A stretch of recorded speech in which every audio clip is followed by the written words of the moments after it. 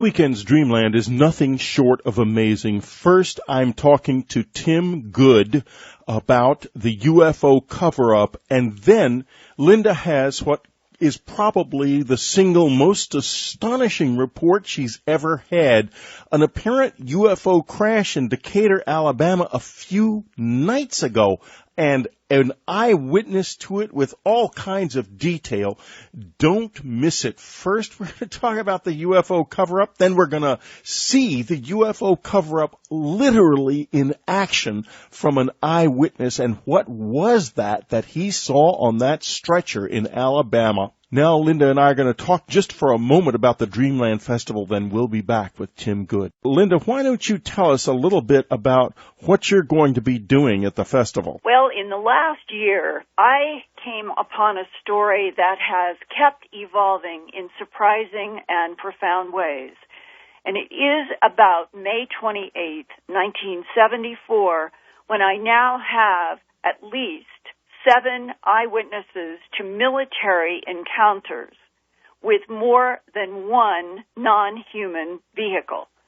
Wow. Yes, more than one. My goodness. And okay, go ahead.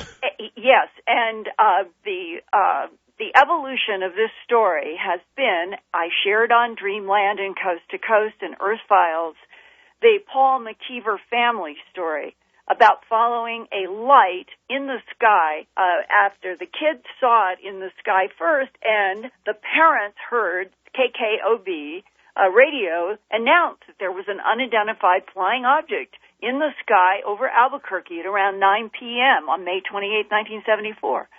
And what unfolded was that they got close enough to see all of the military surrounding in an on-guard position, a white glowing sphere at least 40 to 50 feet in diameter, about 12 feet high, but it's hovering. It has to be hovering because it was right on the side of a hill, and the military actually are in a perimeter around it with some of the men up on the hill, and yet the disc was absolutely horizontal.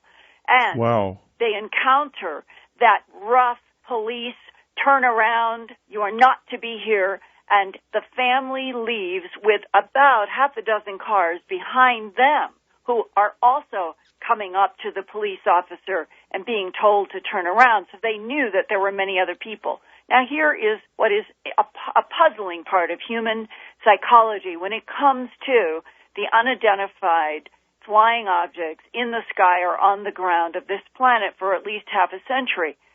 This family never talked to anybody until Paul McKeever sought me out at Earth Files in January of 2007, wanting to know if I had ever heard about the military surrounding a white glowing disc in the Sandia Hills of Albuquerque on May 28, 1974. Well, Linda, this is going to be quite a show. I have heard and seen Linda's presentations before, and I'm excited, and I'm delighted. And, folks, I do hope you sign up for the Dreamland Festival. Whitley Strieber on Extreme Strangeness. I'm going to talk about the strangest things that have ever happened to me. Ann Strieber is going to be talking about some of the strangest things that have ever happened to other people with her vast knowledge of the close encounter experience.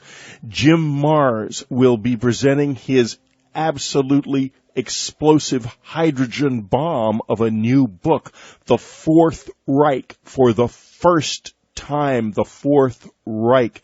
Then William Henry will be talking about the Tower of Peace and the relationship between Nashville, its strange position on the planet, and the powers of ancient Egyptian science. So it's going to be a great weekend. Don't miss it. Go to the unknowncountry.com store, click on the latest, and get your tickets right away. This is Whitley Strieber's Dreamland. We go deeper. I am very excited today because I'm talking to Timothy Good. I've known Timothy Good for years. I have met him a few times. Timothy lives in the UK, and he is one of the great UFO researchers of all time. He had an enormous effect on my life with his first book, above top secret that just literally blew my mind. Because I was still very much on the fence about UFOs and aliens when I first read it, and it is so overwhelmingly excellent and so exhaustive and so detailed and so well written and fun to read that I came away facing the fact that they are real, that they are here, and that not only are they hiding themselves, we are hiding them too. Now Timothy is back with Need to Know, UFOs, the military, and intelligence. It's an expose of the greatest secret on earth, and it is powerful. Welcome to Dreamland, Tim Good. Thank you very much indeed, Whitley. Well, as I said, it's very exciting, and let's just get to it, because we are dealing here, folks, with a massive amount of information brilliantly put together in this book, and I am pumped.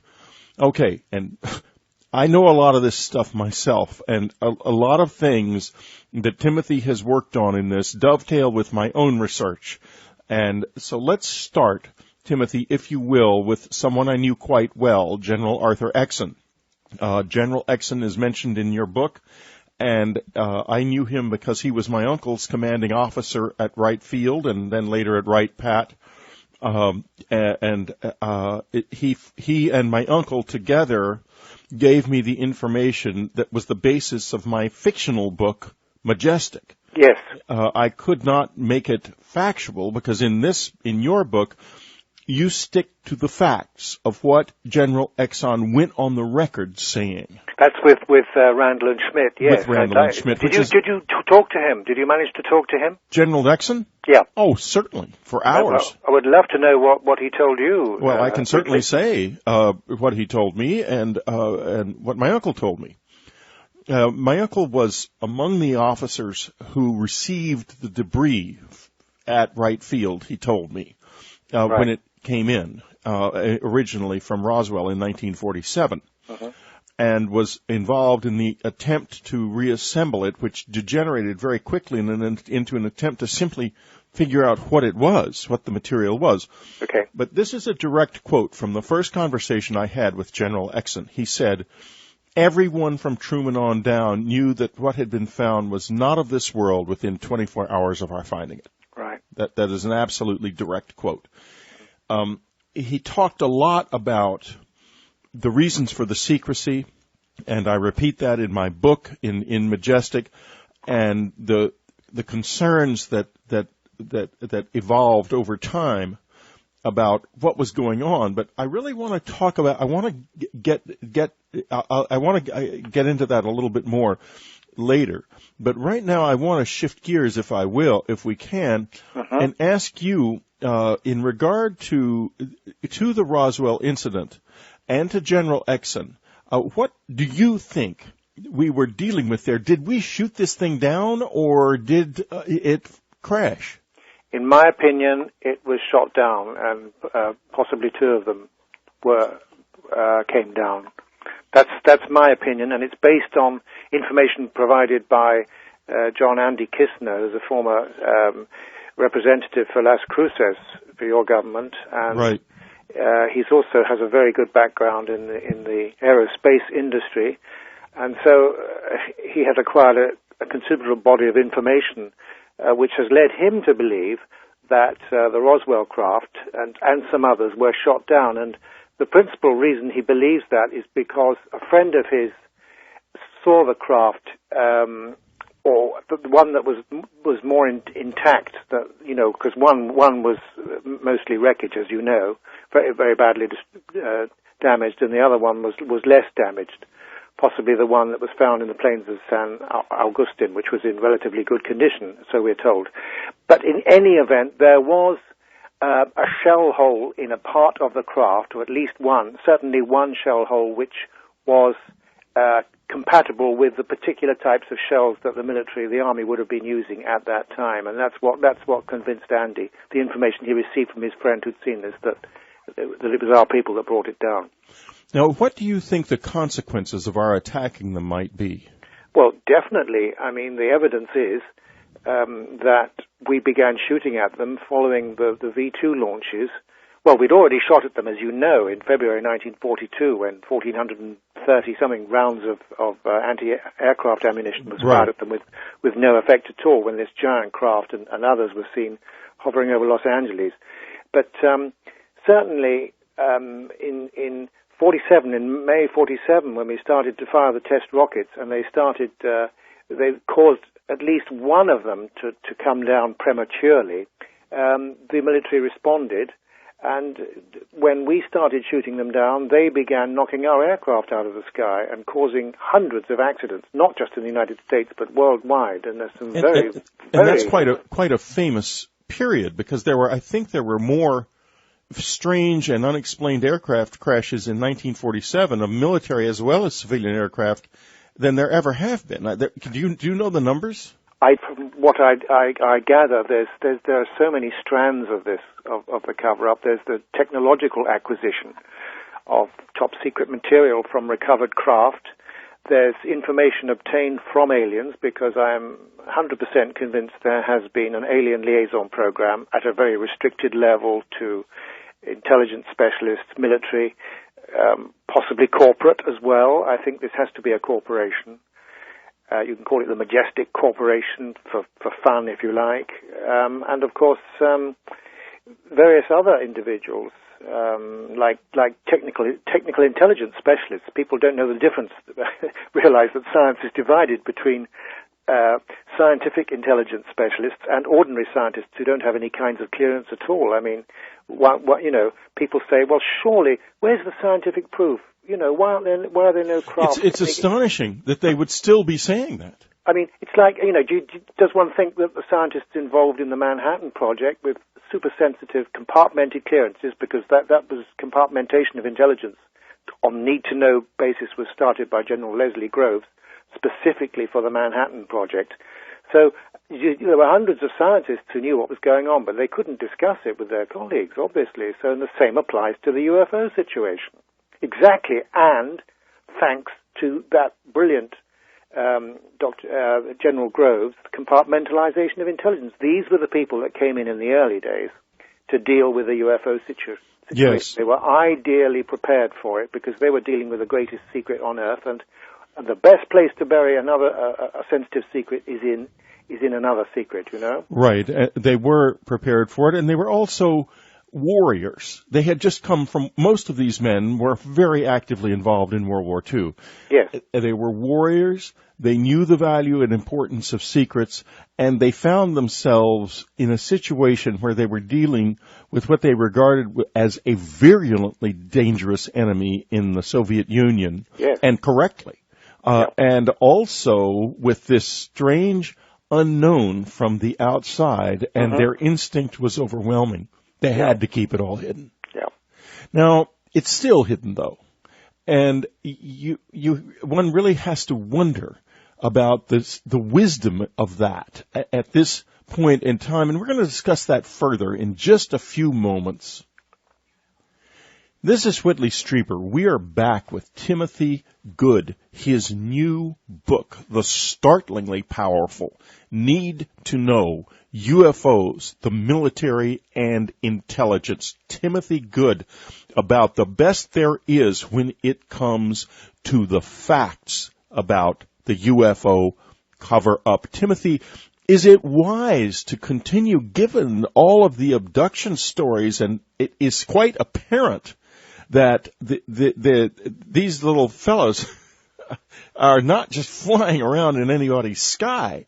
They're flying around in our bedrooms and in our bodies, as I to my great horror, found out in 1985. Right. Well, I think it's just not the little guys with bug eyes, Whitley. I think there are many, many types. I agree with you there. And the humanoids, who I'm convinced, and they say so, if we're to believe them, in contacts with individuals, thousands of individuals all over the planet, say that we are related to them and we are a genetic byproduct. But I think it is would be very difficult for anyone in government to admit that there's a lot going on. It's not all friendly. There's some hostility. There are abductions going on, and we are practically powerless to prevent them. I think you hit the nail on the head right there. Because if government says the UFOs are real, then the next thing they have to do is explain the abductions. Exactly. And people are going to say, hey, wait a minute. You're telling us that these things are coming into people's houses, and here are all these people telling us that they're putting implants in their bodies, and they're taking eggs and sperm. Yep. You better put a stop to this. And then they have to say, we can't. Yes. And of course, there are some people who say that the MILABs, I think they're called, the military abductions. I'm very skeptical about that. I just don't think although we may well have acquired new technology, that's something else we can talk about in terms of spacecraft propulsion. Yes. I don't think that military intelligence has acquired secrets of sort of taking people in the middle of the night. Well, if my own experience is any example, and my uncle worked in this field in military intelligence for many years, among other things, but he certainly was involved in this. And I talked to quite a few people in intelligence circles after the community experience. I think the average close encounter witness actually knows at least as much as the government does, unfortunately, about what's going on. But let me get back to something that you touched on earlier that really struck a chord with me. You used the phrase alien liaison. Yeah. Now you come back with, you talk about alien liaison, you talk about aliens who look human. And Timothy, this is so fascinating. I'm just going to say, please expand on this, if you will, because there's a lot of implications floating around there. Well, I have learned from many sources,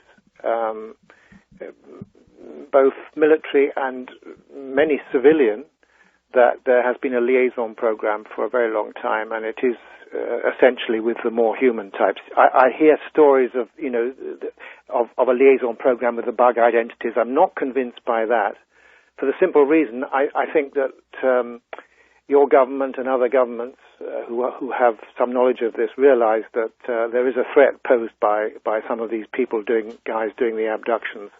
So we're not likely to be liaising with them. I keep an open mind on that, Whitley, but I think we're liaising with the more human types who themselves may be less than happy with what's going on.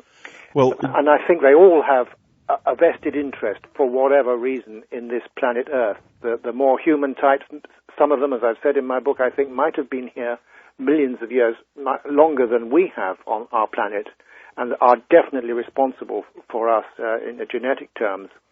But either way, there appears to be a vested interest in planet Earth, and it would certainly be in the interests of the beings that are resident here to sort of prevent an enormous Holocaust. I'm sure of that. That's good news, I think. Do you think that if the humanoids weren't here, the Greys would what would you think the Greys would then do? I don't know. Honestly, do you think it would be good? I don't think so. I just, no idea, quite frankly. Well, let me tell you a story then of, I've had a certain amount of experience with what I regard to be humanoid aliens, and it's two specific experiences. I'll bring up the first one. This happened in 1988, I believe, just after I had published Communion. I was shocked to receive at my cabin in upstate New York a letter. Now, we were getting a lot of letters then, but they were coming to the mail center address that was in the back of the book, not to this very, very private address. In fact, in those days, you couldn't go on the Internet and find it at someone's address at all, let alone an address like this, because you couldn't even have found me by looking up the deeds in the community. I had been that careful about the secrecy, and yet it came. And it was from a man who wanted me to telephone him and who claimed, quite frankly, to be an alien. Right. And I went through quite a journey. First, I did phone him, and he told me in no uncertain terms that I was in danger, that I was involved with the Greys, and the Greys were terribly dangerous. He also, in the course of the conversation, said another thing, and he knew more about them than I could imagine possible at that time. He said, if you get into a war with them, they will never let you win, and they will never let you stop fighting forever. So be careful, because you can trigger a fire that you can never put out, and you must understand this. It was appalling. Then I didn't know what to think. Did I believe this man or not? So I got on a detective a very good detective who I knew quite well at the time. He's since passed away. And in the end, we found the person, the house where the call had come from. It belonged to a physicist who worked for the United States Department of Defense and lived in the hills above Boulder, Colorado. And I then had further contact. Yep. But I was absolutely convinced that the man on the phone, it was not the physicist. Okay. It was another individual who I met at a different time. Okay. No question in my mind, he was indeed what he said. Now, if this is true, where are we with this, and how do you respond to this story? All I can say is that I know of several individuals I've met in the civilian field who've become great friends, and I've known for decades. Some of them deceased now, who confirmed that there was a liaison program involving the more human types, and they were working on a massive top-secret project involving an exchange of information, mostly with scientists. So there's some confirmation for you. Now, there is an interesting video, a NASA mission video from I believe it's mission STS-80 of the space shuttle, where a small object slowly approaches the shuttle, and suddenly a pulse of light comes up from below, and the object shoots away. This was extensively studied by Jack Kasher and so forth. Right. Yeah, I'm not convinced. I have to say, sorry to cut you short there. I do think that the official NASA explanation for a lot of those, I won't say all, but for a lot of those video films and stuff, is that those little thruster rockets that are going, firing off all the time to sort of keep the space shuttle in orbit properly. I do think it can be caused by ice crystals and dust in the atmosphere, which are blown away from those little rocket jet things. That's my opinion, anyway. So you but think I won't that say they're all. I won't explain them all that way. But a lot of what I've seen really does look, as if that could be the explanation. And I think it could be duplicated, were someone to go up and witness that. I think this. I think that it's, if that is true, I was very hopeful, because I thought to myself, maybe somebody. It's interesting that the shuttle was actually above Australia at the time, which means it was above Pine Gap. And if there's any place on Earth where some kind of defense might be being worked on, it would be at Pine Gap. Yeah. So I was just hopeful that. Well, that is one area. I mean, I was told that in my previous book, Unearthly Disclosure. In the last chapter, I sort of reveal what I've learned from various sources, mostly in the United States. Who have access, that indeed there are many bases around the world. Australia, there's certainly one, and they kind of hinted that it wasn't actually Pine Gap, but it was not far away from that area, and they gave lots of locations in the United States. They referred to a Caribbean site, which I'm convinced is Puerto Rico. They referred to two specific Pacific locations. One of which was very large indeed. So, and other areas as well were mentioned. When you say Pacific locations, do you mean on islands or? Pacific Ocean. No.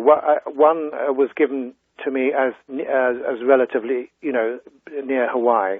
Oh, I see. One very large, very large alien base. Yes, undersea also, and from another source, a civilian source, Enrique Castillo, Rincon Castillo, his name. He claims to have actually visited an undersea location in the Marianas Trench, which is the deepest part of the Pacific Ocean, and I find him credible in that respect. So that there are. What did he? Well, listen, we've come to the end of a second period. I can't believe it. We'll be right back. All right. When we were last talking to Timothy Good, and before we go on, I want to mention again his book, Need to Know, UFOs, the Military, and Intelligence. Obviously, listening to him, it's a real blockbuster. Don't miss Need to Know. It is very well worth having. And if you're interested in these extraordinary secrets and these extraordinary stories, curling up with this book for a few hours, your mind will be blown away, just like mine has been. Now, before we left the air, we were talking just briefly. He talked about somebody he thought might have visited an alien base was it in the Marianas Trench? Yes, well, originally he'd been picked up in South America from a craft which came out of a lake. He refused to reveal the location of this lake, but it was obviously a very deep one. The craft came out, and he was beamed on board. And there's a wonderful thing, because he'd not actually met them on their craft before. He'd met one of them, who turned out to be a spaceman who was actually working in South America. Now, these were human-looking. Yes, they were. Certain differences, subtle differences, but they were certainly... Because when you say beamed on board, a chill goes down my spine for two reasons. First, I went up in the air like on an elevator in the clear air on the night I was abducted. Mm-hmm. And second, that was seen by people in Pennsylvania a few years back. Right. A man going up in the air like that, only when he was found again, he had been mutilated like a cow. Yeah. So, that's a scary phrase. Now, obviously, if it's humanoids, maybe they were our friends in there. Right? Am I right? I think so. They apparently, one of the funniest questions, he said, well, where do you come from? And they gave some remote location in our galaxy, and Enrique said to them, well, when did you leave? And they said, oh, we just left. Like there was no time involved at all. No time involved at all. And I've had other close encounter witnesses say that it was like that it was instantaneous. And eventually, to cut a long story short, he was taken to a base in the Andes. He wouldn't reveal the exact location of it, but he said there were many, many human beings there, including families. And our own Linda Moulton Howe has had encounters like that in the Andes with apparent people like that. Okay. Right. So go ahead. And he lived at this base for quite some time. And on one occasion, he was taken, at least one occasion, I should say, to a base in the Pacific, in the Marianas Trench, and he was terrified when the craft just shot towards the water, and there was no crash. The water just parted gently from the craft, and he was taken to these huge domes. I don't know how far down. The Marianas Trench goes down something like 34,000 feet. But I think it was contained in the side and the wall part of the trench. But a very, very large base where many of these beings were living. And there were other occasions too. And he's not the only one. Many people have been taken to bases. People in Puerto Rico, where I'm convinced that, Well, wouldn't that be something around to be able to do that? I've been to Puerto Rico 7 times, and. Have you ever felt like you were close to being contacted? Well, I have had some experiences in my life, which, as you may know, I wrote about 2 of them in Alien Base, and the first was in 1963, when I was working with the Royal Philharmonic Orchestra, and we were in a convoy of buses, and between Tucson and Los Angeles, somewhere near Desert Center, which turned out to be ironic. Yes. I had an encounter with a girl. I know what you're all thinking, but this was in a diner. Beautiful Venusian. I had my colleagues with me. There were 4 of us sitting at a table, and I saw waiting in line a very, very extraordinary-looking girl, exceptionally intelligent, and immediately alerted my attention that she could be from elsewhere. I sent out a thought: if you're from elsewhere, would you please confirm this? And there was no immediate response, but as she came past my table, she gave a delightful bow and smile to me, and then she became absolutely deadpan face, and she walked away, and I've never seen her since again. I'm not sure if I'd remember her since this was 1963. But that was November 63 in the States. And then the next encounter was in the middle of New York in February of 1967. I was working with the London Symphony Orchestra at the time. And Timothy is a violinist, folks, by profession. Right, and playing a slightly different tune today. Yeah, right. But go ahead. Another string to my bow, if you like. Anyway, I was waiting. I was trying to get some proof at that time. I won't go into all the details. We don't have time. But I was asked to try telepathy, and I tried telepathy in the middle of New York in the Park Sheraton Hotel, as it was then called, near the Carnegie Hall. And I thought in my mind, if there are any of you guys from elsewhere, please come and sit down next to me and prove it. Well, you know, people came and went, and some of them decidedly odd-looking, but after about half an hour, 40 minutes, this guy came in. He looked at me very seriously. He was dressed immaculately, straight out of Madison Avenue, I believe you'd say. About 5'10", fair, wavy hair, slightly tanned, bluey-green eyes, and he came and sat down beside me. And then he took out an attaché case from which he pulled out the New York Times, turned the pages over slowly, but, you know, within a short space of time, the entire paper. He folded it, put it back in an attaché case, and sat calmly.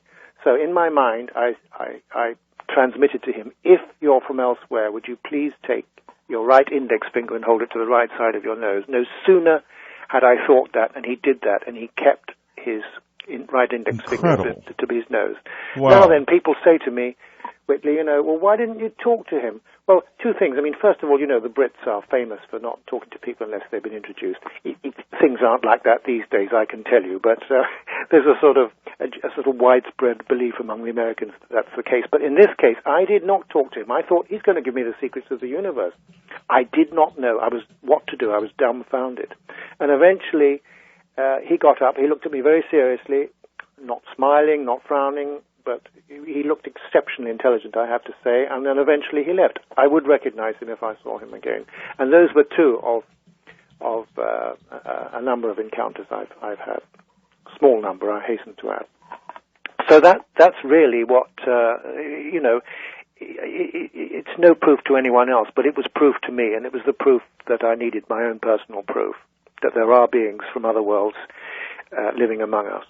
And working among us, too, I hasten to add. I'm convinced that some of these people are working even in our space program and even, God forbid, in our military in some degree, I have been told. So I think there's a lot going on behind the scenes that we don't know about.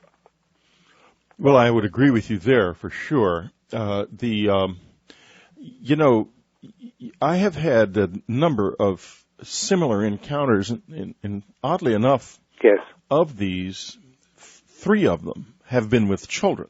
Most recently on Valentine's Day of this year, right? When we were at a restaurant, and some people, one of whom I've seen with such creatures, such beings before, came in, and they had 2 children with them who were very clearly not of this world. They were humanoid, not human. Okay. And were lovely, lovely children. And all I could manage to say to Anne, whose back was to them, was, I'm looking at 2 children with very beautiful eyes. Mm-hmm.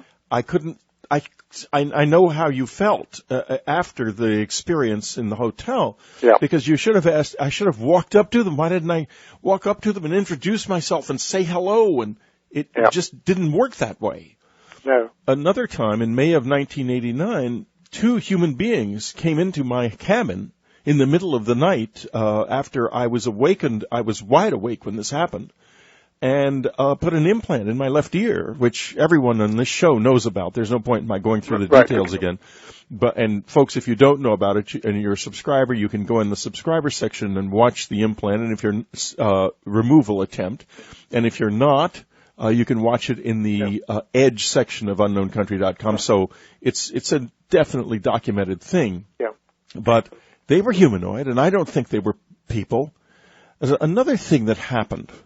I was told by a man who worked for the Senate Select Committee on Intelligence that the government's greatest fear was just what you alluded to a few moments ago, of human-looking aliens becoming part of the government. Yeah.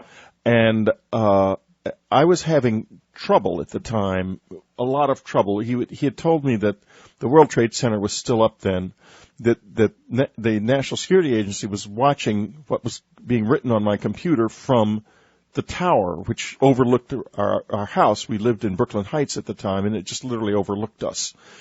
And I was being very bothered by this. And my son suggested, he was about 12 at the time, well, why don't you write them a letter and tell them you're an alien, just as a joke? And so I did. I thought, well, that would be funny. Aha, little did I know. And so I wrote this on the computer.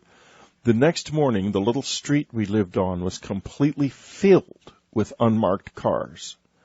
It jammed. It was a one-way street. It's a little tiny street called Grace Court. Mm-hmm. I had to call the guy at the Senate Select Committee on Intelligence to get these people out of my street. In other words, it was a show of force. Of course, I'm not an alien as far as I know. Very, very interesting. Whitley, can I ask you a question? Sure. You, of all people, should know. It occurs to me from my investigations and the sort of general pick-up of rumors and so forth that the abductions do seem to have drastically reduced in recent years. Would you agree, or do you have a different feeling? I'm not sure about the answer to that question. It seems to me that they have, but when they occur, they're devastating and to the people involved. And it's changed in terms of the Greys. It's much more brief encounters than it is abductions, as far as I can tell. Okay. And I'm wondering if perhaps someone isn't gaining control over the situation finally. I hope so, because, I had a very complex relationship with the Greys. It wasn't all bad. But at the same time, I was raped and abducted, and there's no question in my mind that those are inappropriate activities to do to anyone, sentient or simple, and I include in that cattle. There's also ominous suggestions that human mutilations may take place from time to time, and in 2001 there was a particularly horrendous case that I've been just published a graphic novel, or am publishing a graphic novel about, called The Nye Incidents. But we've come to the end of another segment, and if you can believe it, folks, this extraordinary conversation, at least for me, with this man, with Timothy Good, is nearly over. We've only got 12 minutes left, so we'll be right back. We're talking to Timothy Good, his new book, Need to Know, UFOs, the Military, and Intelligence. And Timothy, now I want to turn to the presidents.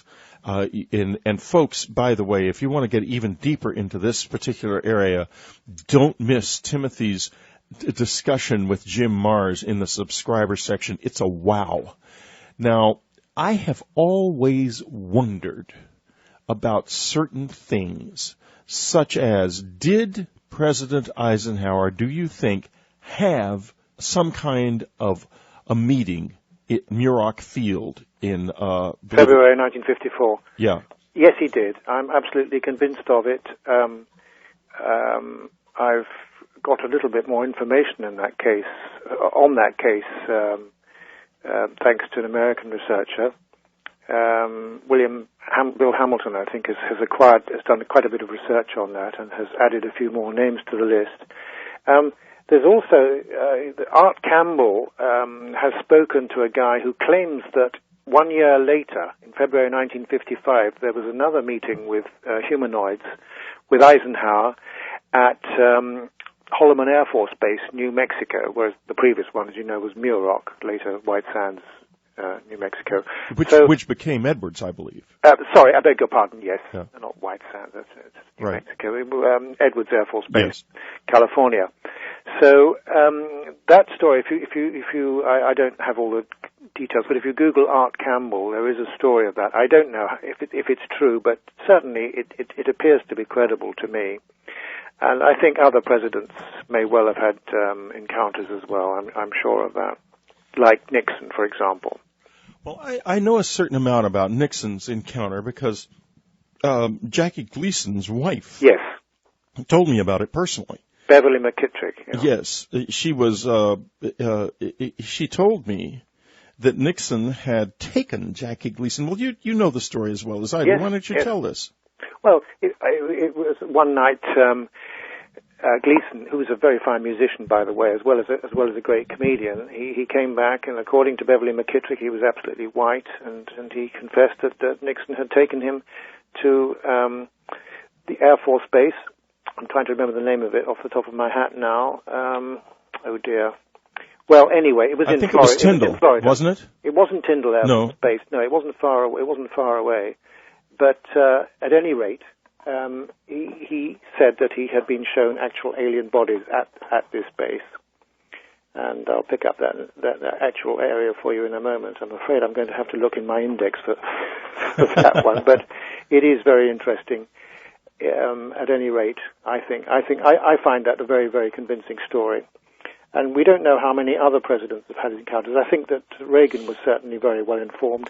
George Bush Sr., certainly, according to my information. He was well informed as CIA director, yes? Yes, absolutely. Very well informed. Now, I heard a fascinating story from a source that could be wrong, but I don't think so.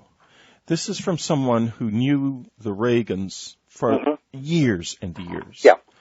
And she recounted a party that the Reagans had come to before he was even governor of California.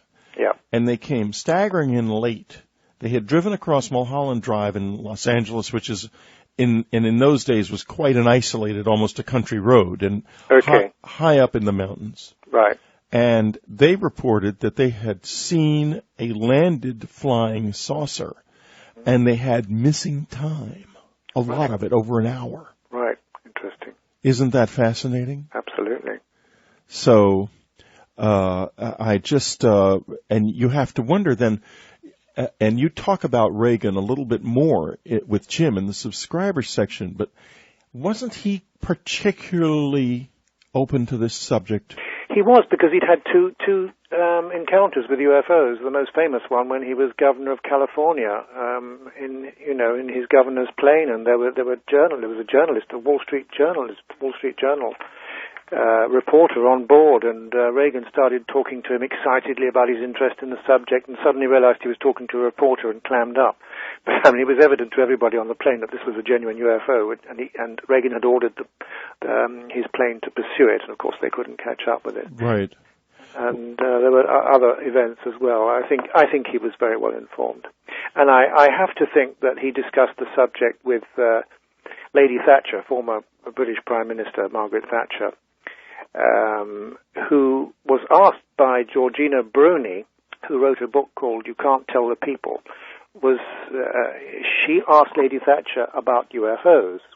And Georgina Bruni is a good reporter and everything, and she managed to get Lady Thatcher to say to her, UFOs, you must get your facts straight and you can't tell the people. So that became the title for Georgina Bruni's book. And I believe that story, and I do believe that Lady Thatcher was given some information by Reagan, with whom, of course, she had a very, very close working relationship. Now, of course, you knew Lord Hill Norton quite well. Why don't you tell us a little bit about him? Well, Lord Hill Norton was chief of the defense staff from, I think, 1971 to 1973, and former chairman of the NATO Military Committee.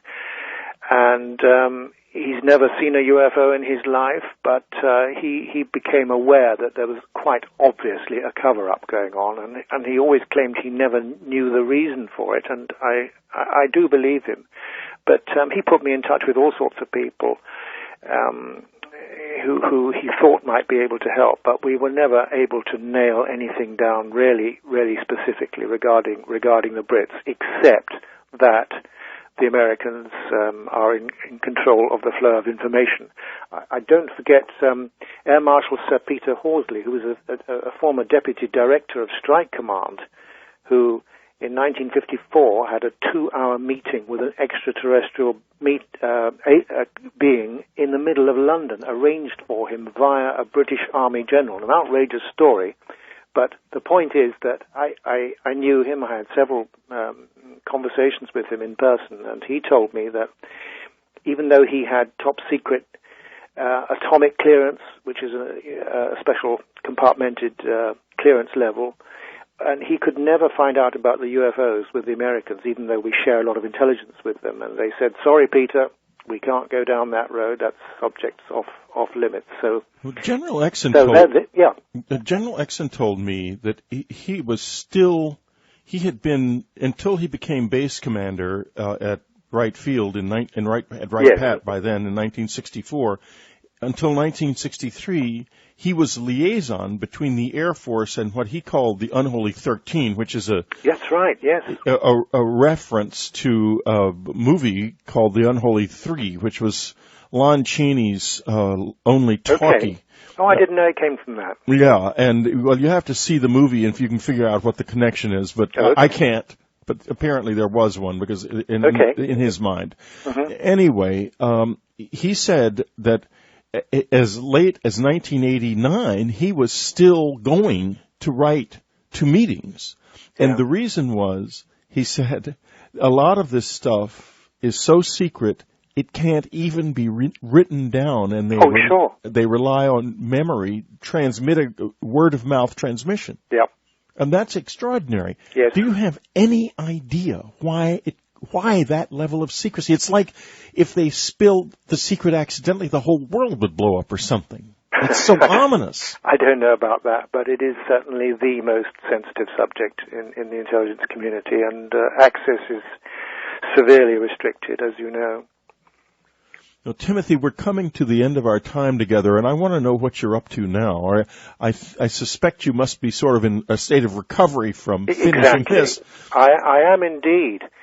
As I told Jim, the writing books, non-fiction books in particular, I've never written any fiction yet, but non-fiction, it's very, very intensive. You have to check facts, do a lot of research, documents, this and that, and my apartment's absolutely still littered with the debris from writing that book. And this book, by the way, need to know is, you talk about facts. Wow, is all I have to say. Go ahead.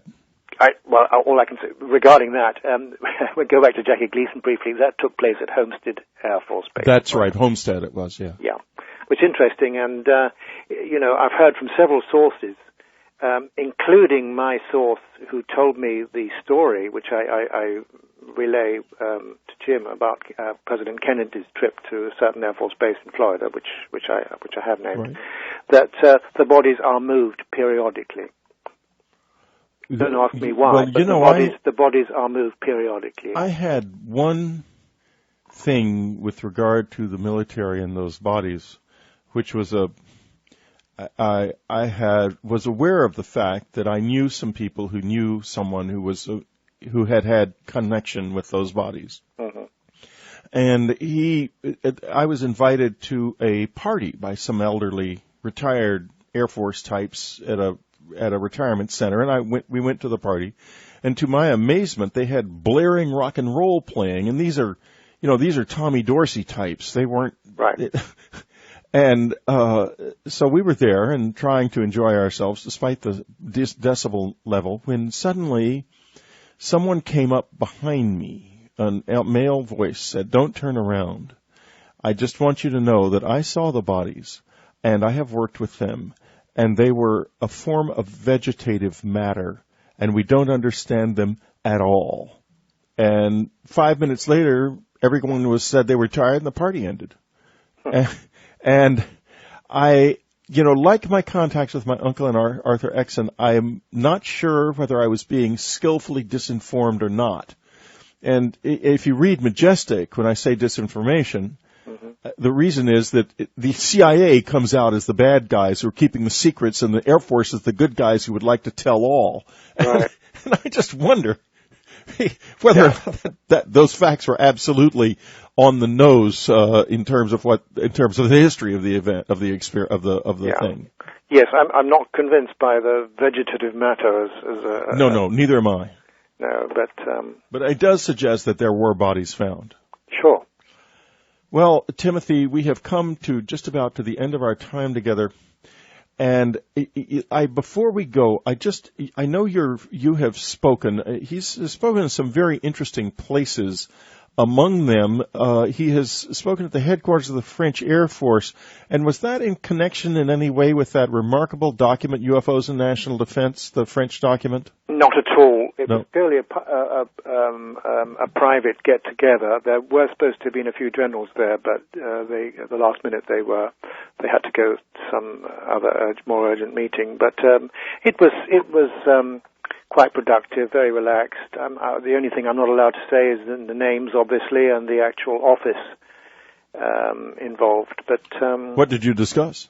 well, the subject, just, I mean, there was no, if I brought up some case, it was very interesting, and they sort of brushed it aside and said, yeah, we know all about that, let's get on to something more interesting. So, these people are au fait with what's going on. They have to be.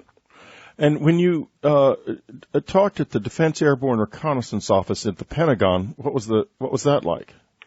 Well, the Airborne Reconnaissance Office at the Pentagon in 1998 in May, I was expecting a one-to-one meeting with General Kenneth Israel, who was the director at that time. This is the office that handled at that time the unmanned spy plane program, and I expected a one-to-one. When I got there were about 15 people there, the general and his some staff, and then I would say about 12 junior officers from the various forces, military forces, very young.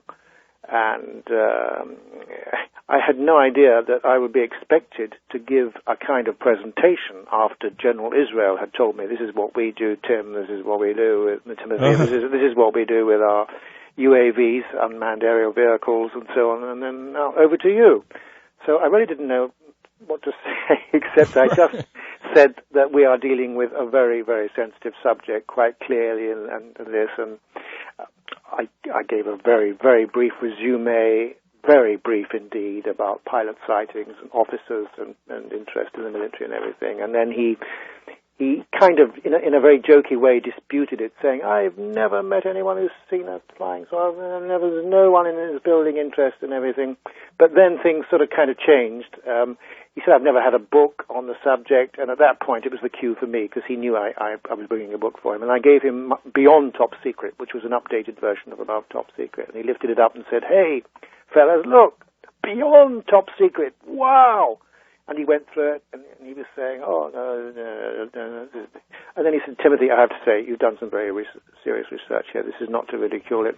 Then he came upon the pictures taken by George Adamski, the actual frames from a movie film taken in a Washington suburb in February 1965, which I'd reproduced in that book. And he said, where were these taken? Who took these? And he said, these look real to me. I can't see how those could have been faked, which was interesting. Yes, of all the photographs to choose.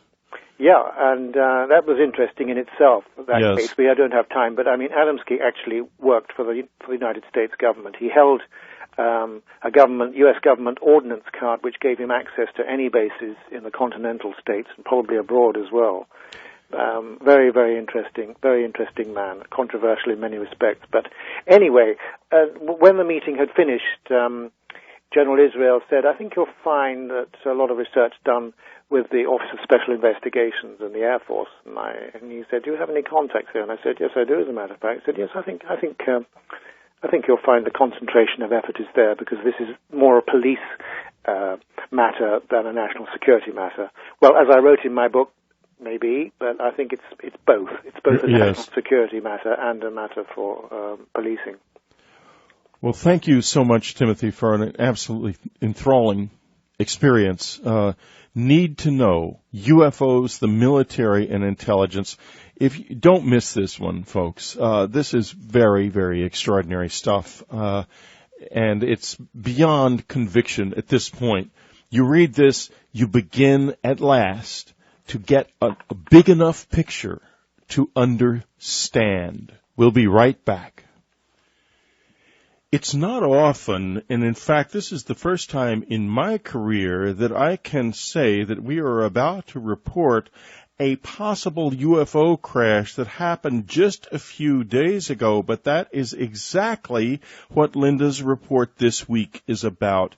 Don't miss Linda Moulton Howe's EarthFiles.com EarthFiles.com. She's an Emmy Award-winning science reporter, and EarthFiles.com tells you why. You will not get the facts about what is happening at the edge of science and reality anywhere else like EarthFiles.com. And now here she is from Albuquerque, Linda Moulton Howe. Well, thanks, Whitley.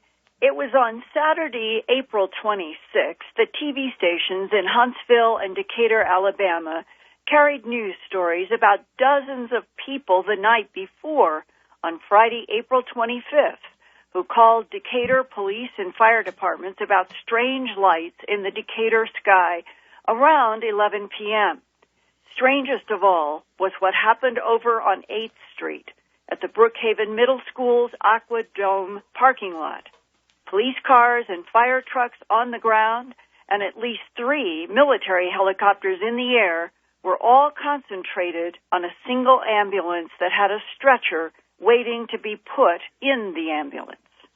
On the stretcher was a 3-foot diameter sphere that looked like a glistening pearl. One of 2 teenage eyewitnesses who got close to the scene is 17-year-old Cody Terry, a student at Decatur's Bob Jones High School. He agreed to go on the record with me for Dreamland and Earth Files to tell what happened leading up to his seeing the pearlescent sphere on the ambulance stretcher. Friday afternoon when I got out of school, me and my girlfriend had hung out, went and seen a movie, went back to her house. I left her house about 11 o'clock, and I was going back to Decatur to my grandma's house to stay the night, and I was going to pick up my friend Zach, and he was going to stay the night with me. So as soon as I get into Decatur, I had just gotten, past the courthouse and everything, and I got on Central Parkway. And I was going down that road for, 3 minutes, and I seen this light coming through my windshield, and I was like, well, that's kind of weird, because I don't remember seeing the moon out, and plus it just happened so quick. So I leaned forward and looked out my window, and it looked like an airplane was coming straight down towards me. It looked like 2 big headlights. So I slammed on the brakes, and the car, I jerked it and spun it out of control. And I got out of the car, and there were no other cars, and I got up and I was looking. I was on the phone with my friend Zach, and I was hollering at him, telling him to get under his bed, take cover, that the plane was about to crash. And all of a sudden, whenever I seen, it just stopped in the middle of the air, and it wasn't ever making a sound. I don't know if it changed shapes, but those 2 lights that were on it came in one huge, big, solid, complete circle of light. And it was blinding, so I held my hand up in front of my eyes, looking through it, and it picked up speed and went straight to the ground. And so it's stock still in the air, getting larger and brighter, and it's not moving. It happened really quick, maybe 2 seconds of it changing to the lights. But it happened, so quick, and then as soon as it changed, it went boom, went straight to the ground. I'm guessing 300-400 miles an hour. And it was like it went straight right on the other side of the trees into the ground. I thought it crashed. But I sat there and listened for a good 35 seconds for a boom and never heard it. And I thought I never heard no explosion. I never seen nothing. That's kind of weird. Well, at that time, my mom was calling me because she wanted me to go to the store and get some milk. I can't believe what I just seen. And she was like, well, don't freak out because on the news they were saying something about strange lights over Decatur. So I get off the phone with her, and I turn on to 8th Street, which is where it happened. And all of a sudden, a few fire trucks, some ambulances, and some cops passed me, just running through the red lights as quick as they can.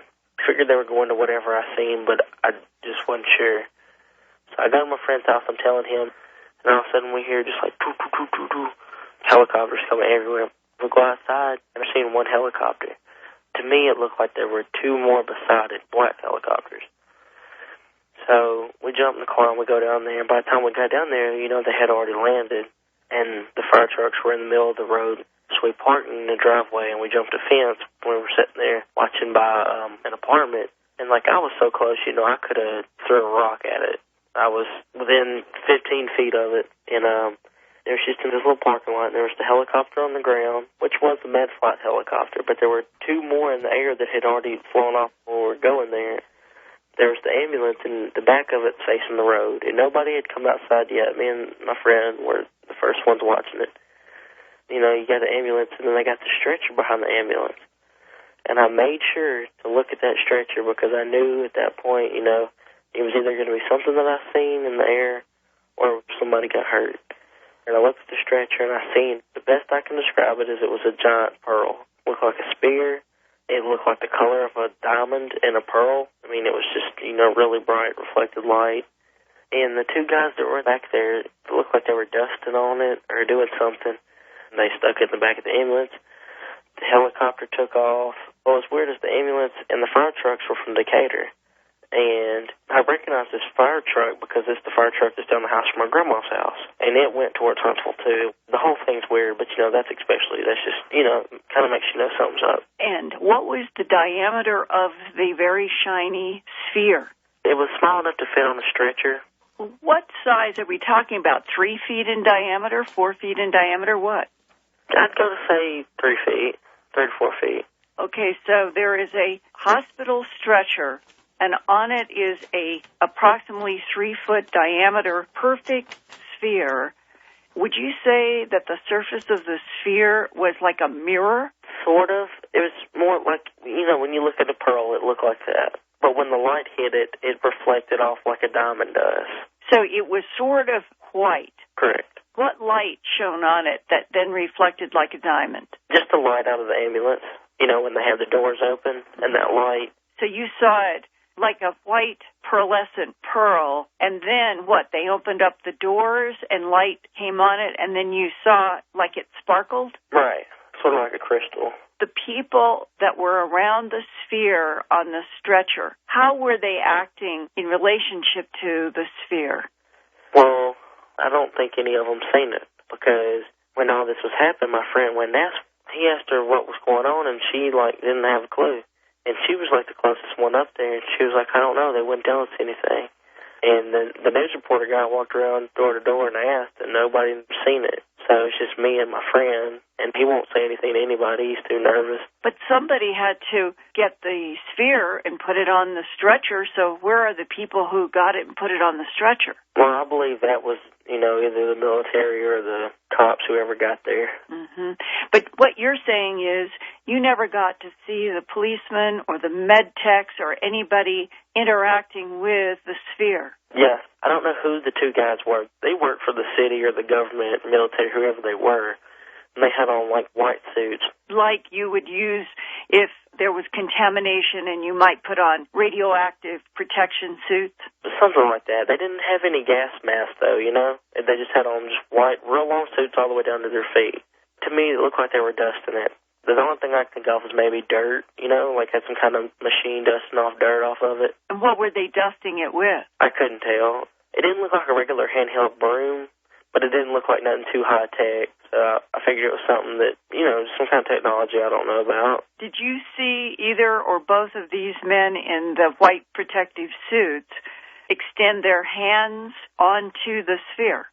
No, I didn't see them touch it, but I did see them, rub it with whatever they were rubbing it with. And when they threw sheets on it, they never touched it. They threw the sheets over it without touching it, and wrapped it up. The sheet just rested over the sphere, and the sphere was very clear as a sphere underneath the sheet? Yeah. The sheet was tightly holding down the sphere? Correct. And then what happened? Well, they threw it in the back. And this whole thing, from the time I seen it in the air to the time they put it and left, was 20 minutes at the most. It's 11:35, 11:40, almost midnight. So whatever it was, they had to be tracking it on radar because there's no way. First of all, there was no witnesses to it as far as it crashing because there was no crash marks. And there was no sound because I was there. So nobody knew about it. So there's a military base right down the road. It could have been something from the military. It could have been like a new top-secret drone thing for a spy plane they don't want us knowing about that got off course. But whatever it was, they had to have been tracking it on radar. To be there so immediately. Right. And where it came down to the ground, what is that facility or? Middle school. But where they picked it up at is a recreational center, like swimming pools and playgrounds and basketball courts. What is that school called? Brookhaven Middle School. Where were you seeing the ambulance on the Brookhaven Middle School land? They wasn't on Brookhaven. Brookhaven's right next door to the Aqua Dome is what this recreation center is called. Aqua Dome? They were on its back parking lot. That is associated with the Brookhaven Middle School. Correct. I was worried about it because, I sat there and I stopped and I watched the fire trucks pull up. Well, some of the fire trucks went straight and some of them took a right. They came in all in the same way, but all the stuff branched up like they were circling it. You know what I mean? Like the way the fire trucks went in, there's no road. They went down a gravel walking trail. They're trying to circle it, make a blockade. You know what I mean? Right. By circling it, do you feel that all of the people who came to this area were treating the sphere with a certain kind of distance as if they were afraid of it? I would say distance, yes. Afraid, I can't say that. To me, sort of. But then again, when the two guys in white were in the back dusting it off, they looked like they knew what they were doing. But the fire trucks circled, the helicopters circled, the police cars, did they circle as well? Well, they were in front of everything, but I never seen which way they went. It seemed like they branched off. Like I didn't even see them pull up and park. And then when we came back, the police were there. All of the helicopters or some of the helicopters came from Huntsville? All of them. And you know that because? I seen them fly from that direction. And I know that there's no military base in Decatur. And not only that, there is one hospital in Decatur called Decatur General, and it has a med flight on top of it. But what's weird is that med flight helicopter didn't come from that hospital. It didn't come from that direction, and it didn't have Decatur med flight on it. It did not have Decatur med flight written on it. Right. Do you remember if it had any writing numbers or any location listed on it? No. I remember saying med flight on it. I don't remember the numbers. And I'm pretty sure it said Huntsville, but I know what the Decatur med flight looks like, and that's not what it looked like. So from your point of view, all the helicopters came from Huntsville. The med flight helicopter came from Huntsville. What about the police, the fire, and all of that? Oh, they were all from Decatur. At the very end, they have dusted this 3-foot diameter pearl-looking sphere that is on the stretcher. Then they put a sheet over it and make sure that the corners are all tucked down so the sphere's under it tightly. Did those two men on either side pick up the stretcher with a sphere on it and put it in the ambulance? Yes, they picked up the stretcher and stuck it in there. Did they seem to do that easily as if it were light, or did they look like they were straining it that it was heavy? Well, when they went to pick it up, another guy came to the very end and helped them pick it up. So I imagine it was too heavy for 2 men to pick it up, but obviously not heavy enough for 3 guys. And you saw the 3 men get the stretcher with the sphere on it into the ambulance. They closed the doors? Yes. Then what happened? They backed out, and the ambulance and the 2 fire trucks went towards Huntsville. They'd either be going to the hospital or they'd be going to Huntsville. One of those fire trucks were right down the street from my grandma's house, which is in the opposite direction, and it didn't go that direction. If they went to Huntsville, do you know anybody who has been able to confirm where this sphere in the ambulance went in Huntsville? As of today, supposedly, this is just a rumor, but I know the girl, supposedly she has the videotape or whatever it is, was in the air. Really? Yes, and I've already talked to the news guy. Was at her friend's house and they seen it and they videotaped it. They supposedly catch it, stop in the air, change, and go to the ground. And she'd only told one person because she's scared, like, somebody's going to come mess with her or take her away or something for showing it to the public. What is your reaction to the idea that there might be other intelligent life forms in the universe coming and going here? I think that's awesome. Awesome. Mm-hmm. You're not afraid of it at all? No. I really want to know what it is. Is there any way that you might be able to ask any of the police officers or firemen from Decatur who were there and ask, what was it? I already have. What did they say? Well, that night we called the cops. He said that they've been getting bunches and bunches of calls. He didn't have a clue what was going on. He just knew that something major happened. The news reporter guy, Fox 54, he called the police, ambulance, fire rescue. Nobody has returned his calls yet. And as of May 1st, 2008, there are still no answers to the question that I asked, which was, does anybody know where the ambulance with the 3-foot diameter pearl surface sphere, where did it go if it went to Huntsville? in Huntsville are two very major installations. One is NASA, and the other is the Redstone Army Arsenal, a major research and development facility in the United States military. Now, another aspect about that videotape. If all goes well, by May 2nd or 3rd, I may know everything there is to know about that videotape, and I will report it in a follow-up at earthfiles.com. And why he answered about the girl's videotape when I asked if anybody knew where the ambulance had gone in Huntsville is because allegedly the two girls who got the videotape, they are afraid of some kind of repercussion from military or police out of Huntsville if they go public, as if there has been some implication there in Decatur, which is about 20 miles west of Huntsville, that if people talk about anything from outer space or have information about anything from outer space, they might get in trouble.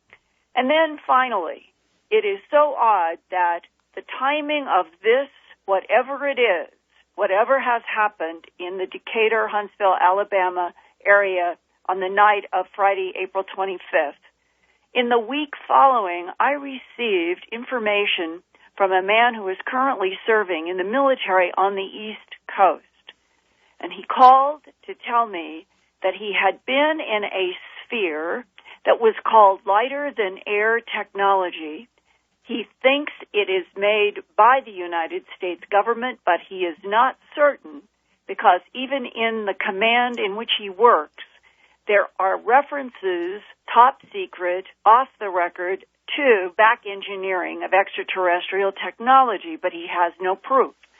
But he said that the spheres, he's aware of at least one sphere that he has been in his work, and it is approximately 150 feet in diameter. That's very large compared to what has come down in Decatur, Alabama. But he said there are also two other blimps. Now, here is a common denominator on the sphere on the East Coast that is being used by our military.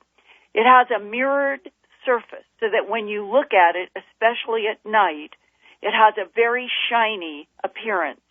And one of the two blimps that he said are oval-shaped, as you would think of blimps, one also has a mirrored surface. The other is black. And this is the most, in some ways, this is the most amazing insight. I'm talking with somebody who has been in a sphere in technology that is referred to as lighter than air, and he does not have any idea what the mission is. Whitley, have you ever dealt with a 3-foot diameter sphere that looks like a pearl?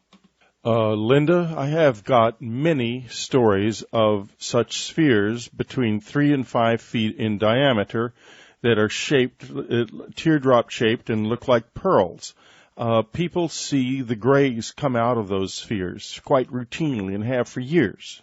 And would you think that this one in Decatur might actually be the non-human sphere as opposed to what apparently we are working and experimenting with, as far as I know, at least in one military base on the East Coast?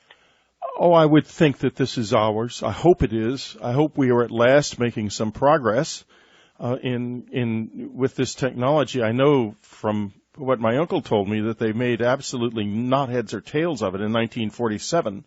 But it's been so long, one would hope that we've really got something now, and I'm delighted, frankly, in a way, to hear this. Of course, obviously, since it came down, there was a period of time in which it was not, in fact, lighter than air.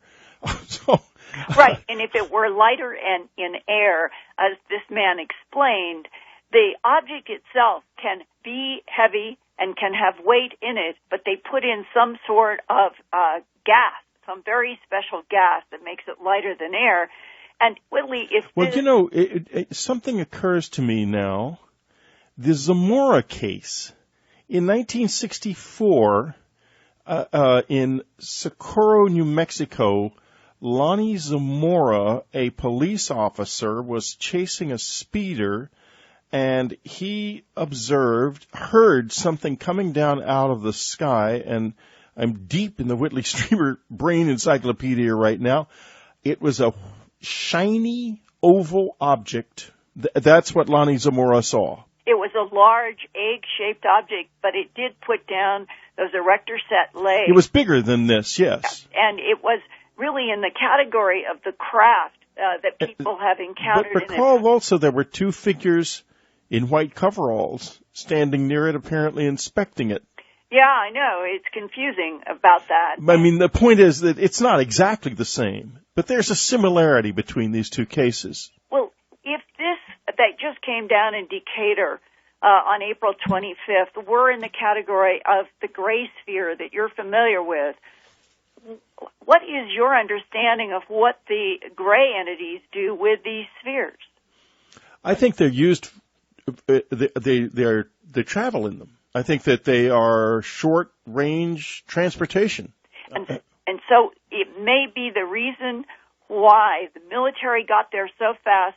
They may have been tracking something that they knew on radar, and that they suspected that whatever it was might have non-humans or a non-human in it. Well, possibly, but I think also that they might have gotten a distress call from somebody or something, and were on the scene because they knew it was going to come down. The other possibility is it's one of ours. I mean, after all, between the NASA facility and the Redstone facility at Huntsville, you're looking at some of our most sophisticated engineering that we possess is right there in that place. And if we are going to make breakthroughs in this area, it wouldn't be at all surprising if they were made there. And what do you think about the teenager's description that it was coming straight down, the light was coming in his car, he thought two lights were heading right at him, then he sees the two lights come together, and in 2 seconds it stops in the air, absolutely still, no motion, no any movement, and then goes straight down, and he first thought that it went into the ground.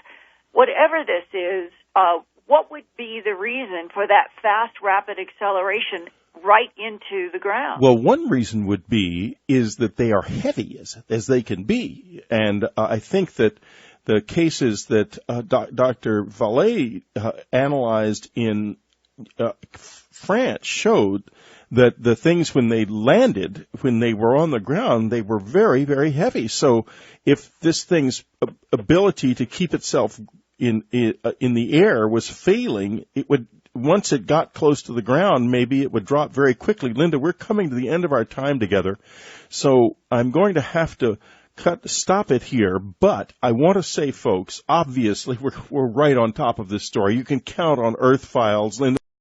Absolutely horizontal.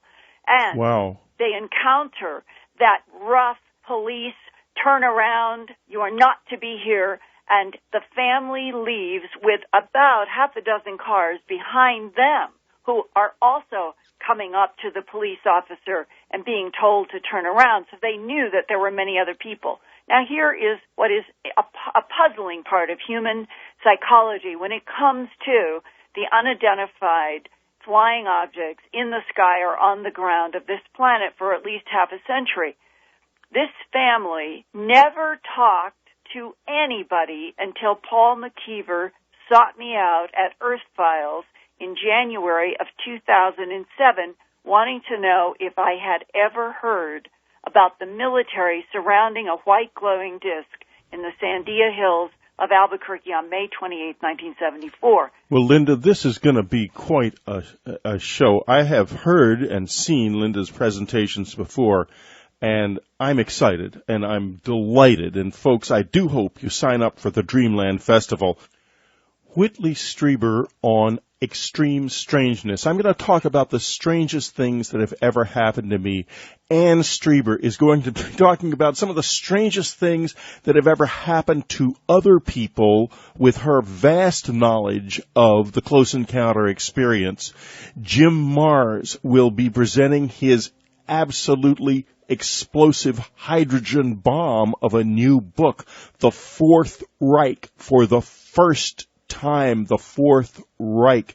Then William Henry will be talking about the Tower of Peace and the relationship between Nashville, its strange position on the planet, and the powers of ancient Egyptian science. So it's going to be a great weekend.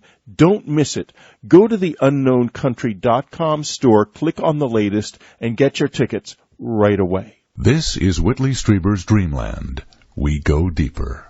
I am very excited today because I'm talking to Timothy Good. I've known Timothy Good for years. I have met. Weekend's Dreamland is nothing short of amazing. First, I'm talking to Tim Good about the UFO cover-up, and then Linda has what is probably the single most astonishing report she's ever had. An apparent UFO crash in Decatur, Alabama a few nights ago, and an eyewitness to it with all kinds of detail. Don't miss it. First, we're going to talk about the UFO cover-up. Then we're going to see the UFO cover-up literally in action from an eyewitness. And what was that he saw on that stretcher in Alabama? Now, Linda and I are going to talk just for a moment about the Dreamland Festival, then we'll be back with Tim Good. Linda, why don't you tell us a little bit about what you're going to be doing at the festival? Well, in the last year, I came upon a story that has kept evolving in surprising and profound ways. And it is about May 28th, 1974, when I now have at least 7 eyewitnesses to military encounters with more than one non-human vehicle. Wow. Yes, more than one. My goodness. Okay, go ahead.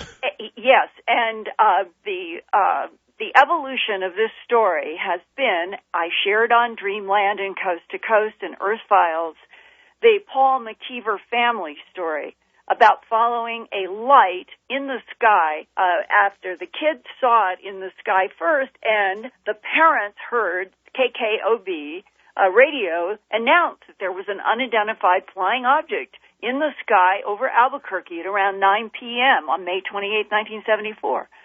And what unfolded was that they got close enough to see all of the military surrounding in an on-guard position, a white glowing sphere at least 40 to 50 feet in diameter, about 12 feet high, but it's hovering. It has to be hovering because it was right on the side of a hill, and the military actually are in a perimeter around it with some of the men up on the hill, and yet the disc was him a few times. Timothy lives in the UK, and he is one of the great UFO researchers of all time. He had an enormous effect on my life with his first book, Above Top Secret, that just literally blew my mind because I was still very much on the fence about UFOs and aliens when I first read it, and it is so overwhelmingly excellent and so exhaustive and so detailed and so well written and fun to read that I came away facing the fact that they are real, that they are here, and that not only are they hiding themselves, we are hiding them too. Now Timothy is back with Need to Know, UFOs, the military, and intelligence. It's an expose of the greatest secret on Earth, and it is powerful. Welcome to Dreamland, Tim Good. Thank you very much indeed, Whitley.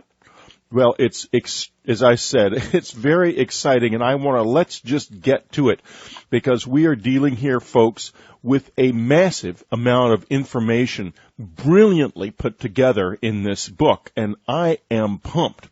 Okay, and I know a lot of this stuff myself, and a lot of things that Timothy has worked on in this dovetail with my own research. And so let's start, Timothy, if you will, with someone I knew quite well, General Arthur Exon. General Exon is mentioned in your book, and I knew him because he was my uncle's commanding officer at Wright Field and then later at Wright Pat. He and my uncle together gave me the information that was the basis of my fictional book, Majestic. Yes. I could not make it factual because in your book, you stick to the facts of what General Exxon went on the record saying. That's with Randall and Schmidt, yes. With Randall and Schmidt. Did you talk to him? Did you manage to... Very, very badly damaged, and the other one was less damaged. Possibly the one that was found in the plains of San Agustin, which was in relatively good condition, so we're told.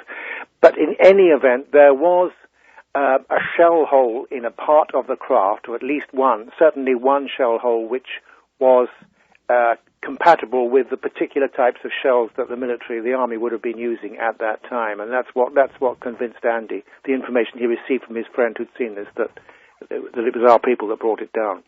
Now, what do you think the consequences of our attacking them might be?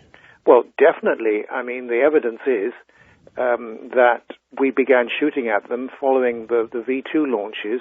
Well, we'd already shot at them, as you know, in February 1942, when 1,430-something rounds of anti-aircraft ammunition was fired at them with no effect at all, when this giant craft and others were seen hovering over Los Angeles. But certainly in 47, in May 47, when we started to fire the test rockets, and they caused at least one of them to come down prematurely, the military responded. And when we started shooting them down, they began knocking our aircraft out of the sky and causing hundreds of accidents, not just in the United States, but worldwide. And there's some and that's quite a famous period, because I think there were more strange and unexplained aircraft crashes in 1947 of military as well as civilian aircraft than there ever have been. Do you know the numbers? From what I gather, there are so many strands of this of the cover-up. There's the technological acquisition of top-secret material from recovered craft. There's information obtained from aliens, because I am 100% convinced there has been an alien liaison program at a very restricted level to intelligence specialists, military, possibly corporate as well. I think this has to be a corporation. You can call it the Majestic Corporation for fun, if you like.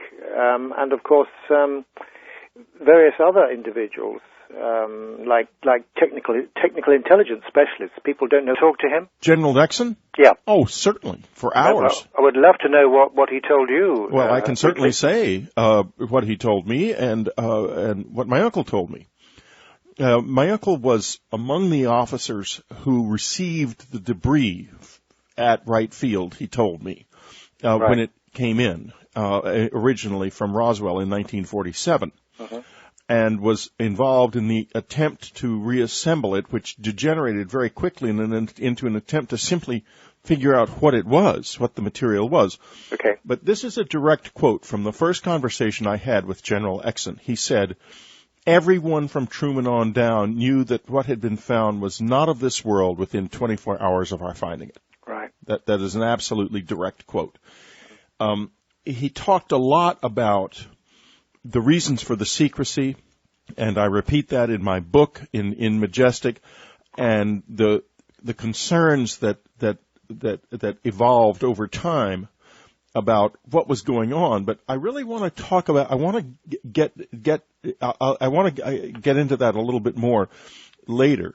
But right now I want to shift gears, if we can, and ask you, in regard to the Roswell incident and to General Exxon, what do you think we were dealing with there? Did we shoot this thing down, or did it crash?